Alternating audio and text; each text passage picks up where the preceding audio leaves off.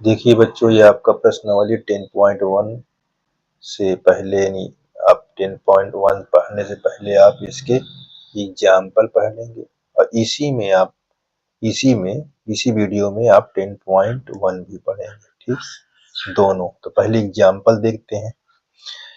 देखो इसमें लिखा उदाहरण नंबर 1, इसमें लिखा है दक्षिण से 30 डिग्री पश्चिम में 40 किलोमीटर के विस्थापन का आलेखी निरूपण कीजिए। यानी आलेख बनाना है, किस तरह बनाना है ये चीज ध्यान देना है। सबसे पहले हम क्या करेंगे, इस पर अक्ष बना लें। ये आपका ये है और इस पर बहुत आसान है, किसी प्रकार की दिक्कत नहीं है। ये अक्ष हम बन जाएगा। ठीक है, हमारा अक्ष बन गया। अब इस पर नाम दे दीजिए, जहां एक्स वाई देते थे यहाँ नाम दे दीजिए। तो ऊपर की तरफ क्या होता है और नीचे क्या होता है? ऊपर की तरफ होता है नॉर्थ यानी उत्तर। ठीक, उत्तर होता है और ये ईस्ट होता है। ईस्ट मीन्स ये पूरब। ठीक, पूरब। और ये होता है वेस्ट। ठीक, वेस्ट। इसको कहा जाता है पश्चिम।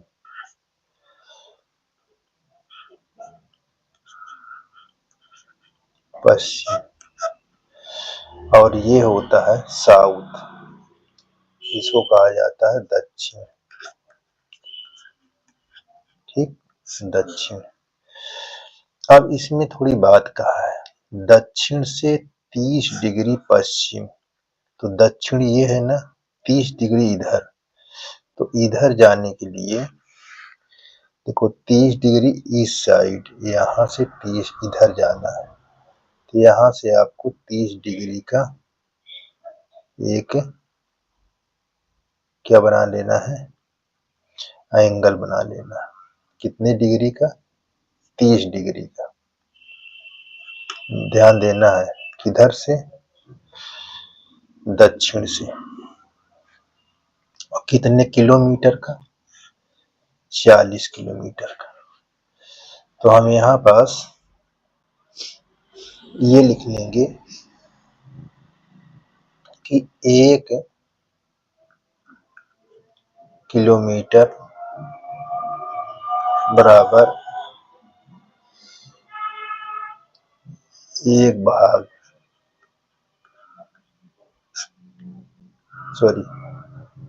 10 किलोमीटर बराबर 1 भाग करें। तो हमारे पास 40 किलोमीटर, ये 40 किलोमीटर में कितने भाग हो जाएंगे? 4 भाग। ठीक है ना, 10 किलोमीटर में 1 भाग, 40 किलोमीटर बराबर कई भाग? 4 भाग। ये क्या है, हमने पैमाना मान लिया। ठीक, पैमाना के द्वारा।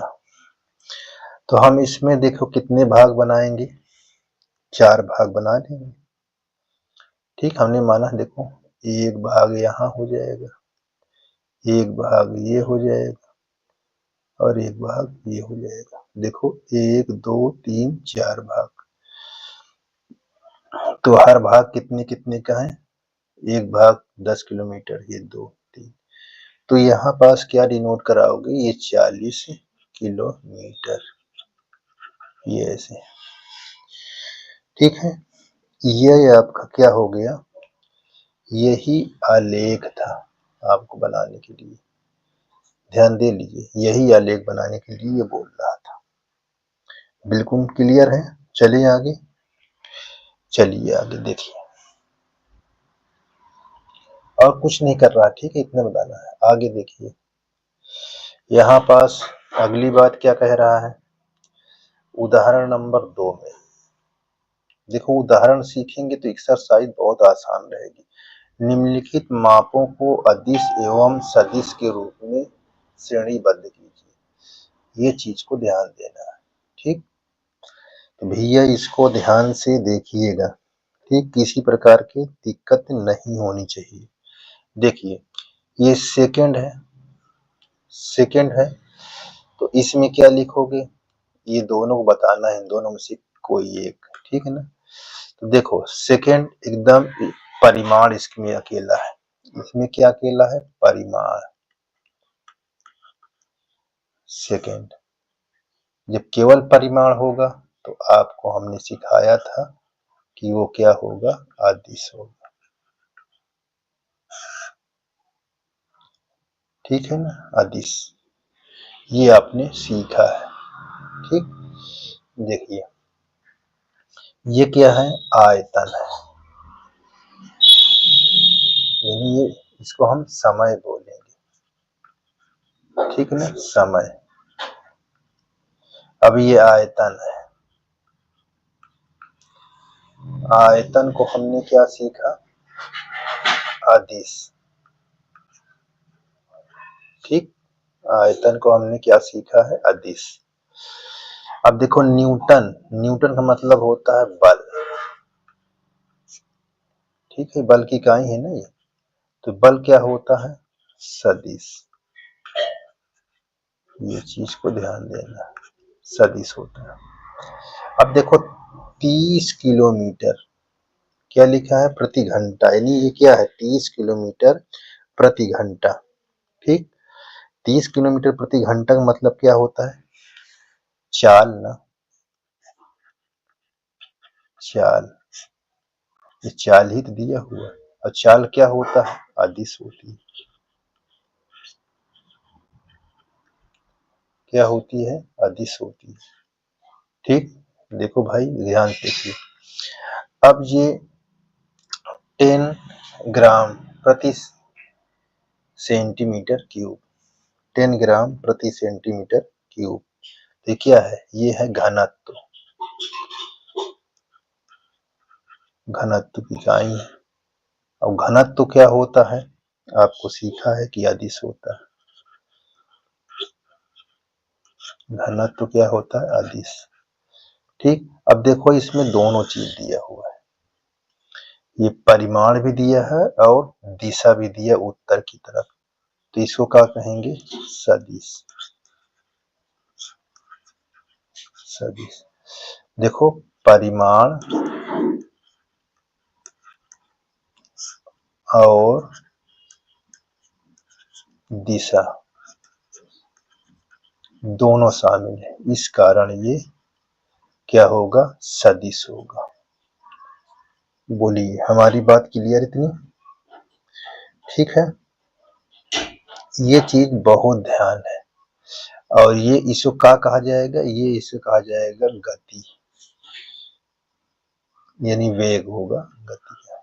ठीक है ना, वेग, जिसमें अब देखो दिशा भी शामिल है तो वेग हो गया, इसी को वेग कहा जाता है। क्या कहा जाएगा, वेग। ठीक है ना, तो इस प्रकार हमको ये चीज मालूम चलेगा। ठीक है, देखिए अदिश की संख्या क्या है, ज्यादा है, कितनी बार है, 1 2 3 4। ठीक है, 4 बार है। ठीक, 4, अच्छा 5 बार है, ये देखो 1 2 3, ये 4, और एक कहाँ है, अच्छा यहाँ पास अदिश है, घनत्व अदिश है, तो एक सवाल ये है, 1 2 3 4 5 6। ठीक, तो इस प्रकार आपका ये क्वेश्चन क्लियर हो गया, किसी प्रकार की दिक्कत नहीं होनी चाहिए। देख लीजिए, इसमें दिक्कतें नहीं होनी चाहिए। ठीक, चलिए तो हमको आगे बढ़ते हैं, बहुत आसान है, किसी प्रकार की दिक्कत नहीं है। देखिए यहाँ यह है उदाहरण नंबर 3, इसमें देखो आकृति बनी हुई है, तो संरेख क्या होता है, समान क्या होता है, सह आदिम क्या होता है। ठीक, ये चीज आपको पहचानना है। समान कैसे और आदिम सह आदिम क्या होता है और संरेख कैसे होता है, तो ये चीज हमको सीखना है। बहुत आसान है, ये चीज ध्यान देना। देखिए संरेख, देखो एक ही समांतर में हो और एक ही रेखा में हो। देखो संरेख की मतलब, संरेख या तो आपको एक ही दिशा में हो, ऐसे एक ही दिशा में, ये ऐसे, ये ऐसे, ठीक, या इसी दिशा में, इसी में दो डायरेक्शन दिए हो यहाँ पर। देखिए ये भी हमारा संरेख होगा। तो देखो ये दो दिया हुआ है और ये भी है, ये भी। तो इस प्रकार हम क्या कहेंगे, पहले के लिए A vector, vector A comma vector C और वेक्टर डी क्या हो जाएंगे, संरेख हो जाएंगे। ठीक ना, तो ये चीज है। अब समान में क्या होता है, दोनों समान, देखिए समान भी क्या होंगे, ये चीज भी आपको ध्यान देना है। समान का मतलब एक जैसा, जैसे ये समान है तो ये ए और सी समान जैसा दिख रहा है, समांतर भी है ना, तो इसको कहा जाएगा वेक्टर ए, किसके लिए, दूसरे के लिए, और वेक्टर सी क्या होंगे, ये समान, किसके लिए है, ये दूसरे के लिए। सह आदिम का मतलब भाई ये चीज होता है, देखिए सह आदिम का मतलब होता है इसका प्रारंभिक बिंदु कहाँ है, तो ये वाला पॉइंट को हम सह आदिम कहते हैं। तो ये वाले पॉइंट से इधर और इधर, ये वाला पॉइंट देखो, ये यहाँ से प्रारंभ हुआ है, दोनों तरफ अंत जा रहा है, तो इसका मतलब ये वाला सी और डी क्या होगा, सी और डी क्या होगा, ध्यान दीजिए सी और डी, यहाँ से ये भी तो आया है इधर, तो सी डी बी यानी बी सी डी, तो यहाँ पास B, vector B, vector C और वेक्टर डी क्या हो गए, सह आदिम होगा। ठीक, ये चीज आपको पहचानना है, इस प्रकार आपको ध्यान देना है। ठीक, चलिए ये आपका आ गया, देखो एक्सरसाइज, हमने बताया था ना कि एक्सरसाइज है, ये देखिए ये आपका एक्सरसाइज है, बहुत महत्वपूर्ण एक्सरसाइज है। तो इसको भी आपको क्या आलेखी निरूपण करना है। तो देखो यहाँ पहले हम क्या बना लेते हैं, एक कार्टेशियन प्लेन, कार्तिक तल, थोड़ा गड़बड़ है,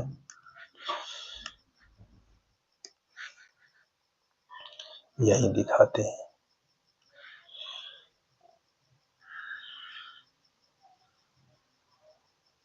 ये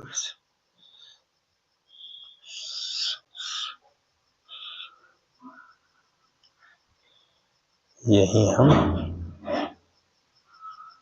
ये चीज को बहुत ही ध्यान से बनाना है। अब इस पर हम क्या दिखाएंगे, देखिए ये हमारा ईस्ट होगा और ये हमारा साउथ होगा, ये हमारा नॉर्थ होगा और ये हमारा क्या होगा, वेस्ट। ये बात को ध्यान देना। देखो यहाँ कह रहा है उत्तर से, उत्तर से लग के पूर्व में, तो यानी ये उत्तर से ऐसे जा रहा है, ये इस प्रकार, तो यहाँ से हम ये चीज को ध्यान देंगे।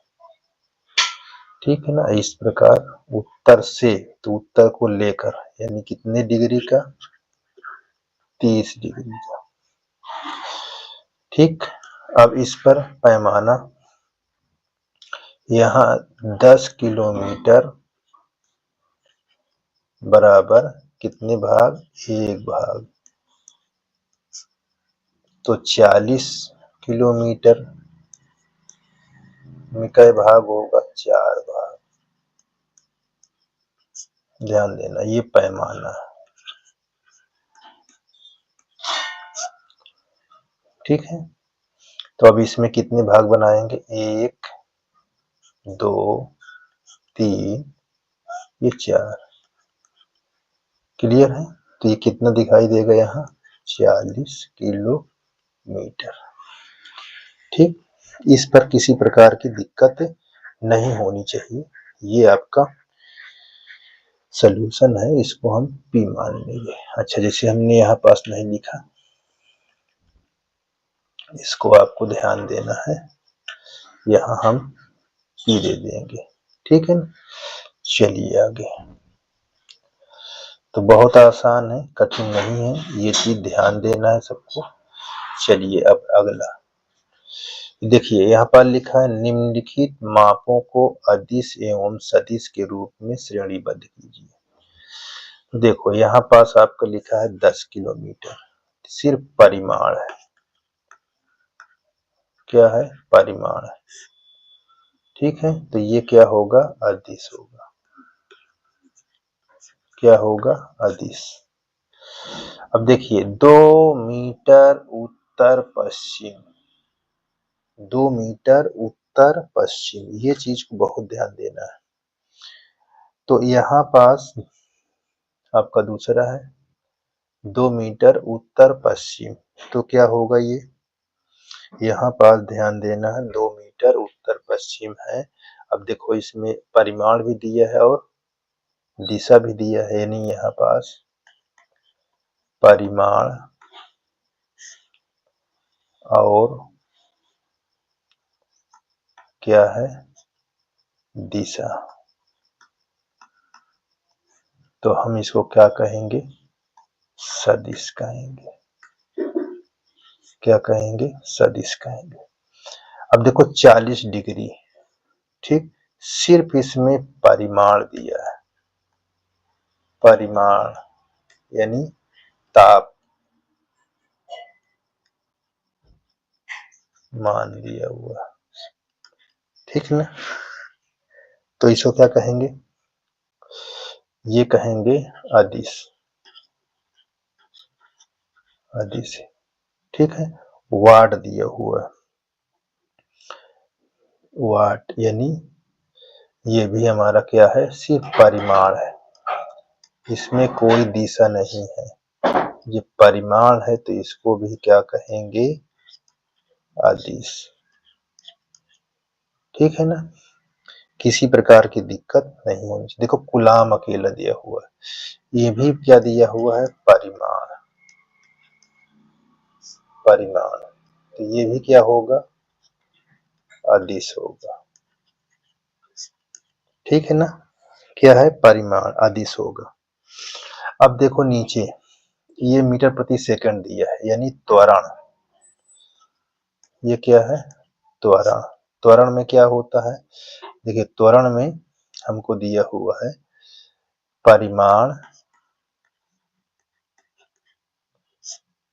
ठीक, और इसमें दिशा भी दिया है,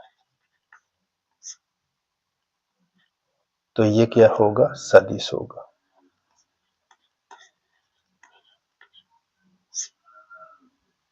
ये चीज को ध्यान देना, ठीक। यहाँ तक दिक्कतें नहीं होनी चाहिए, ये आपका क्लियर हो गया। चलिए आगे देखते हैं तीसरा, इसमें तीसरा में क्या लिखा हुआ है, निम्नलिखित को अदिश एवं सदिश राशियों के रूप में श्रेणीबद्ध कीजिए। समय कालांश, समय कालांश में देखो आपको दिया हुआ था, यानी सिर्फ परिमाण दिया हुआ है, क्या दिया है, परिमाण। ये परिमाण अकेला है तो क्या हो जाएगा, अदिश, क्या हो जाएगा, अदिश, ठीक। दूरी, ये भी सिर्फ परिमाण है, क्या है, परिमाण, तो इसको क्या कहेंगे, अदिश, ठीक। बल, बल, देखो बल जब लगाओ किसी की तरफ दोगे डायरेक्शन ना, किसी कोने में या कहीं ले जाने के लिए, तो ये क्या हो जाएगा, सदिश। सदिश इसमें क्या है, परिमाण भी है, एक बोझा भी है, और किधर ढकेल के ले जाओगे वो हमारा दिशा भी है। ठीक, वेग, ये भी सदिश होगा, किस वेग से किधर जा रहा है, सदिश। इसमें हमारा परिमाण और दिशा। ठीक, कार्य, सिर्फ कार्य, कार्य का मतलब परिमाण, परिमाण यानी अदिश।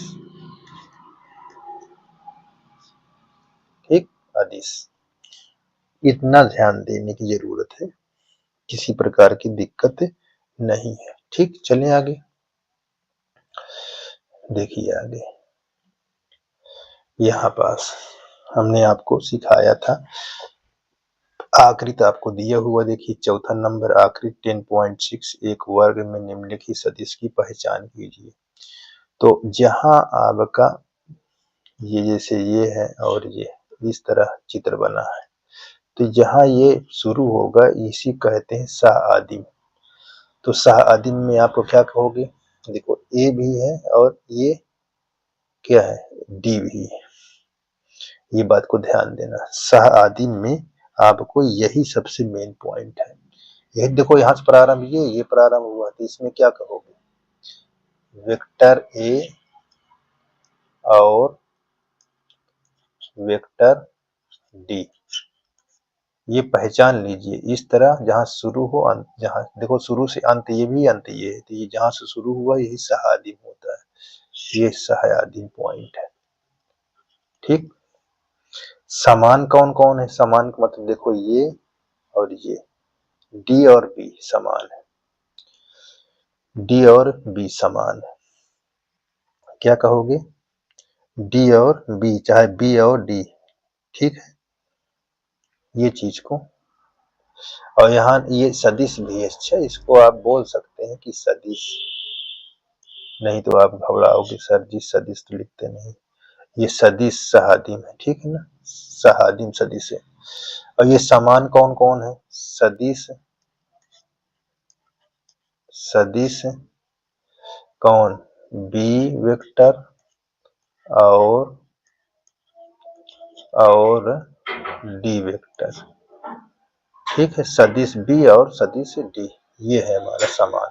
देखो दोनों एक जैसा है ना, ऐसे देखो, ऐसे ये ऐसे तीर लगी हुई है, ऐसे ये ऐसे ऐसे बना हुआ है, संरेख परंतु असमान।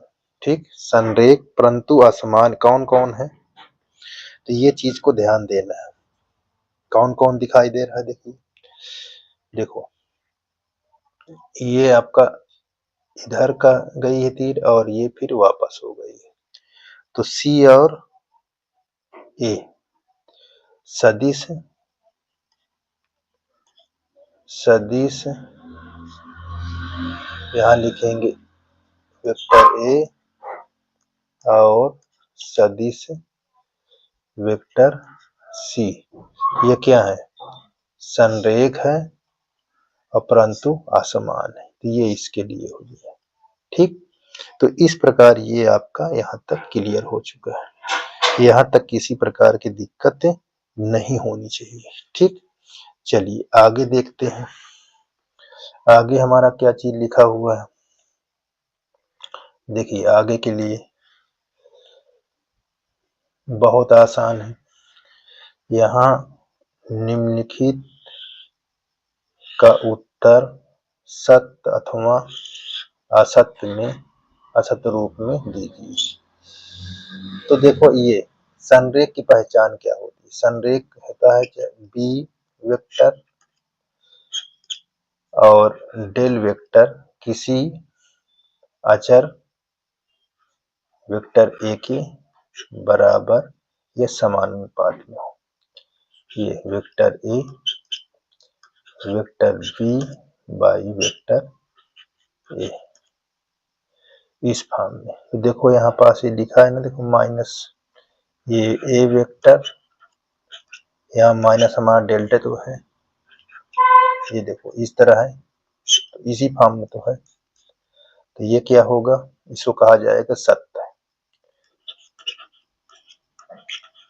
सत्य पहचान लीजिए, संरेख होने के लिए वेक्टर बी, अच्छा ये भी हो सकता है, ये वेक्टर ए बराबर डेल वेक्टर बी भी होता है संरेख के लिए। ठीक, या तो दोनों के परिमाण बराबर हो जाए या तो इस फॉर्म में हो। ठीक है, वेक्टर बी बराबर डेल वेक्टर ए या ए वेक्टर ए बराबर डेल वेक्टर बी। ठीक, या तो इनके परिमाण दोनों के, देखो परिमाण एक का निकालोगे तो क्या होगा, एक का स्क्वायर एक का स्क्वायर एक, दोनों बराबर हो गए, परिमाण बराबर है। तो परिमाण बराबर हो या तो इस समान अनुपात के रूप में हो। ठीक है ना, इस प्रकार। तो यहाँ पर देखिए, दो संरेख सदिश का परिमाण सदैव समान होता है। चेक कर लो भैया कैसे होता है। तो ये सबसे बहुत जरूरी है, बहुत इंपॉर्टेंट है, इसको कैसे हम समझेंगे। ठीक, यहाँ पास हम इसको देखते हैं। तो हमारे पास ये संरेख होने की तकनीक मैंने बता दिया है, चाहे आप परिमाण दोनों बराबर कहीं तब संरेख में चाहिए, चाहे ऐसे। तो हमारे पास पहला नंबर में कह रहा है दो संरेख सदिश, दो संरेख के रूप में ले लीजिए। संरेख का मतलब देखिए मैं दिखा देता हूँ।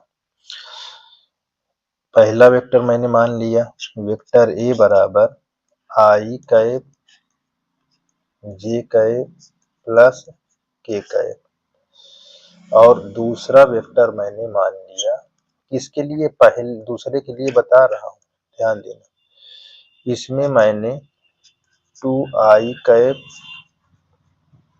यहाँ माइनस है,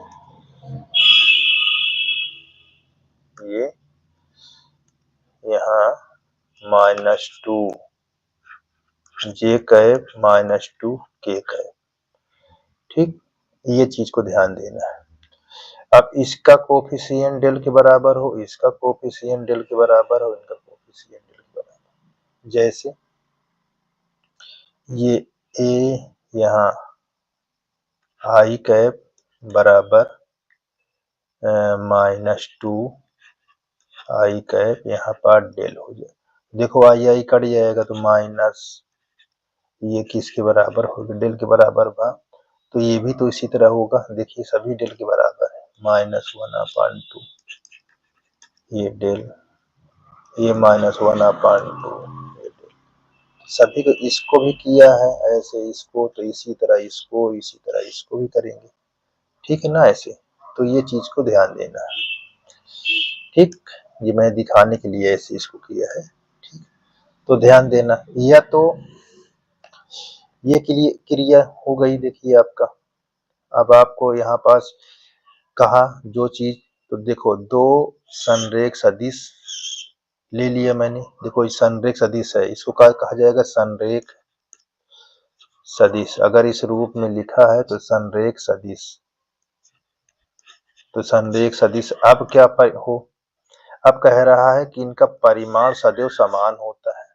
तो परिमाण देख लीजिए, इसको परिमाण निकालेंगे तो क्या होगा, वेक्टर ए का परिमाण जब निकालते हैं तो इनका कोफिशिएंट इसका इसका कितना होता है, एक का स्क्वायर फिर एक का स्क्वायर फिर एक का स्क्वायर, क्या होता है, √3। अब इनके कोफिशिएंट वेक्टर v परिमाण के रूप में -2 का स्क्वायर प्लस फिर -2 का स्क्वायर प्लस -2 का स्क्वायर, तो सभी कितना होगा, 4 ये 4 ये 12 हो जाएगा, तो 2√3 हो जाएगा। अब देखो क्या परिमाण समान है, देखो दोनों का परिमाण, जो परिमाण आया है, जो परिमाण क्या समान है क्या? नहीं, समान नहीं है, इसलिए क्या कहेंगे? ये असत्य है।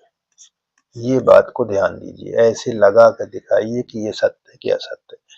तो पहला हमारा और दूसरा हमारा असत्य है, ठीक, असत्य। अब इसको देख लीजिए, क्या नंबर है? ये नंबर आपका है दूसरा। दूसरा के लिए चेक करते हैं, देखिए यहाँ बता देते हैं, ये दूसरा नहीं तीसरा के लिए, दूसरा तो हो चुका है, तीसरे के लिए समान परिमाण वाले दो सदिश संरेख होते हैं क्या?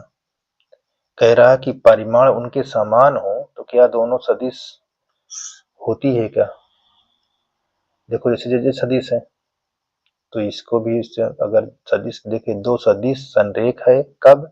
कह रहा जब समान परिमाण हो। तो हम सबसे पहले सदिश मान लेते हैं। देखिए एक सदिश ये ले लिए, ये आई कैप, जे कैप, के कैप, इसका परिमाण निकालो। इसका परिमाण जब निकालेंगे तो क्या होगा? √3 होगा, ठीक। ध्यान दीजिएगा, देखो मैं समान परिमाण दिखा रहा हूँ, समान परिमाण दिखाने के बाद क्या दोनों सदिश संरेख हैं? चलिए अब मैं दूसरा ले लेता हूँ,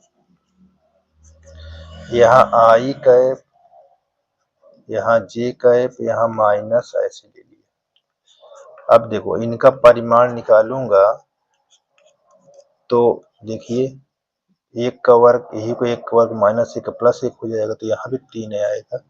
देखो यहाँ पास परिमाण तो समान है, परिमाण समान है, परिमाण समान है, परंतु जो ये दो सदिश है ये संरेख नहीं है। संरेख का मतलब या तो ये दोनों माइनस में होते, तब हमारा माइनस एक कॉमन आए कि डेल्टा फॉर्म मिल जाता है। इस तरह ये वेक्टर ए माइनस बाहर ऐसे निकल जाता है, तब हमारा संरेख सदिश हो जाती। तो सदिश तो संरेख नहीं है, दो सदिश जो है वो संरेख के रूप में नहीं है, संरेख नहीं है। तो परिमाण तो सेम है लेकिन दो सदिश संरेख नहीं है, तो इसका मतलब ये भी असत्य है, ठीक है ना? ये चीज को ध्यान देना।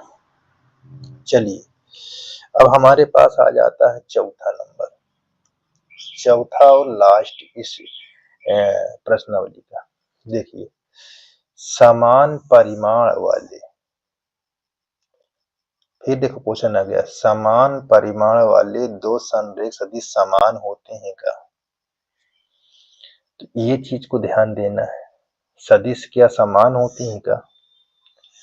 तो ये चीज तो हमारे पहले में दिया था और दूसरे में दिया था। देखो यहाँ दूसरे वाले के लिए मानेंगे, यहाँ पर चौथे में इसे ए, हमने वेक्टर ए बराबर आई कैप, यहाँ जे कैप, ये के कैप, इसको सब मान रहे हैं, ध्यान देना। और वेक्टर इसको मान लेते हैं -2 समान परिमाण वाले, ध्यान देना, समान परिमाण वाले दो समान होते हैं क्या? तो यहाँ पास देख लीजिए, इसी में उत्तर देख लीजिए इसी का, क्योंकि इसको लिखने की कोई जरूरत नहीं है, इसी में हम देख लेते हैं। तो देखो परिमाण तो समान है, तो क्या सदिश समान है क्या? सदिश जो दो सदिश समान है क्या? नहीं है। तो इसी का उत्तर तो ये भी शामिल हुआ ना। देखिए चौथा में देख लीजिए खूब, चौथा का दूसरा एक जैसा है, सिर्फ दिमाग लगाने की जरूरत है। अब देखो समान परिमाण, तो समान परिमाण मैंने निकाल लिया यहाँ पास। अब कह रहा है दो संरेख सदिश, यानी दोनों सदिश समान है क्या? नहीं, समान कहाँ? देखिए ये देखो माइनस लगा, यहाँ प्लस लगा, समान कहाँ है? नहीं है, नहीं है ना। तो ये चीज हम दूसरे के लिए भी समझ सकते हैं, असत्य है। तो इस प्रकार हमने आपके इतने क्वेश्चन को कंप्लीट कर दिया है। अगर किसी प्रकार की दिक्कत होती है तो कमेंट करके बताइए। ठीक बच्चों, कम से कम ये तो होता है कि आपने हमारी कुछ सहयोग कर रहे हैं। ठीक, धन्यवाद।